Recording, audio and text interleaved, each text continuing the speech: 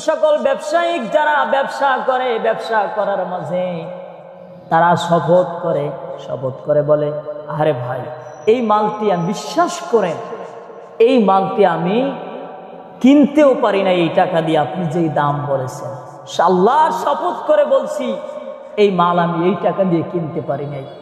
এমন বলে না এবং এমন মিথ্যা শপথ করে ফল বিক্রেতা ফল বিক্রি করে, বলে আমার ফলগুলো খুব ভালো, ভালো ফলগুলো যখন ক্রেতা বলে ভাই আমাকে ভালো ফলগুলো বেছে বেছে দিবেন, ঠিক ওই সময় হাতের মাঝে পচা এবং যে ফলগুলো খাবার যোগ্য নয় সেই ফলগুলো ক্রেতাদেরকে দিয়ে দেয়।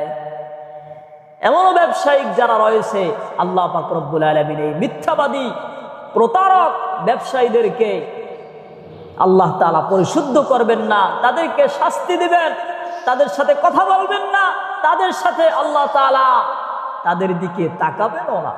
এটা রব্বুল আলামিনের ওয়াদা।